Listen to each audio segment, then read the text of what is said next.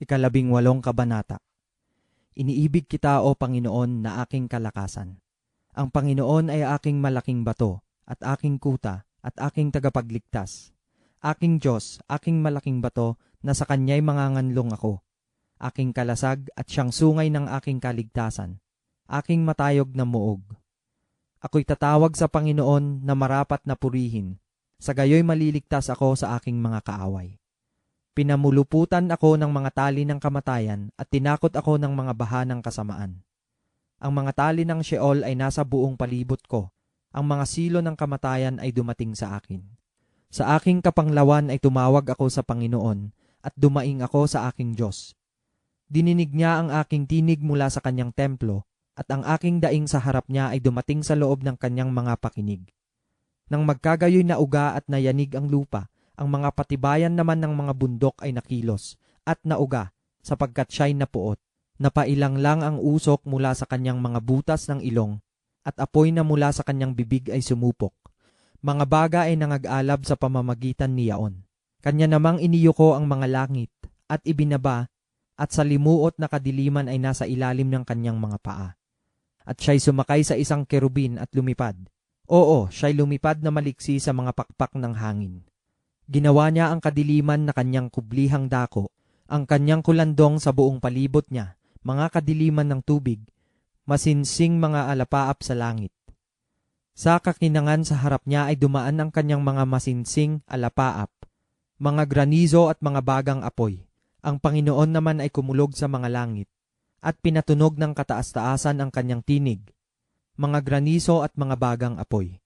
At kanyang inihilagpos ang kanyang mga pana, at pinapangalat sila. Oo, mga kidlat na di masayod at ginulo sila. Nang magkagayoy nagsilitaw ang mga lagusan ng tubig, at ang mga patibayan ng sanglibutan ay nangahubdan. Sa iyong pagsaway, O Panginoon, sa hihip ng hinga ng iyong mga butas ng ilong. Siya'y nagsugo mula sa itaas, kinuha niya ako, sinagip niya ako sa maraming tubig. Iniligtas niya ako sa aking malakas na kaaway, at sa mga nangagtatanim sa akin, sapagkat sila'y totoong makapangyarihan sa ganang akin. Sila'y nagsidating sa akin sa kaarawan ng aking kasakunaan, ngunit ang Panginoon ay siyang aking gabay. Inilabas naman niya ako sa maluwag na dako, iniligtas niya ako, sapagkat siya'y nalulugod sa akin. Ginantingpala ako ng Panginoon ayon sa aking katwiran, ayon sa kalinisan ng aking mga kamay, ay ginantingpala niya ako. Sapagkat aking iningatan ang mga daan ng Panginoon, at hindi ako humiwalay ng masama sa aking Diyos. Sapagkat lahat niyang mga kahatulan ay nangasa harap ko, at hindi ko inihiwalay ang kanyang mga palatuntunan sa akin. Ako rin na may sakdal sa kanya, at ako'y nag-ingat ng aking sarili sa aking kasamaan. Kaya't ginantingpala ako ng Panginoon, ayon sa aking katuwiran, ayon sa kalinisan ng aking mga kamay, sa kanyang paningin. Sa mahabagin ay pakikilala kang mahabagin, sa sakdal na tao ay pakikilala kang sakdal. Sa dalisay ay pakikilala kang dalisay, at sa matigas na loob ay pakikilala kang mapagmatigas. Sapagkat iyong ililigtas ang napipighating bayan, ngunit ang mga mapagmataas na mata ay iyong ibababa. Sapagkat iyong papagniningasin ang aking ilawan, liliwanagan ng Panginoon kong Diyos ang aking kadiliman.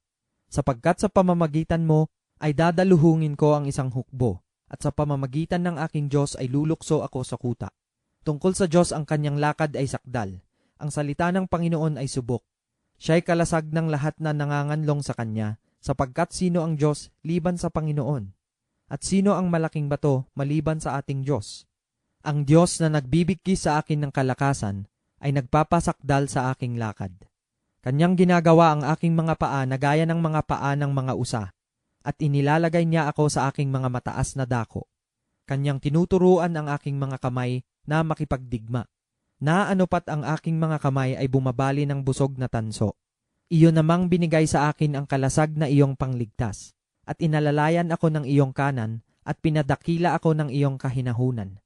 Iyong pinalaki ang aking mga hakbang sa ilalim ko, at ang aking mga paa ay hindi nangadulas. Aking hahabulin ang aking mga kaaway at aabutan ko sila. Hindi man ako babalik hanggang sa sila'y malipol. Aking sasaktan sila na anupat sila'y huwag makatayo, sila'y mga lulugmok sa ilalim ng aking mga paa. Sapagkat iyong binikkisan ako ng kalakasan sa pagbabaka, Iyong pinasuko sa akin yaong nagsisibangon laban sa akin.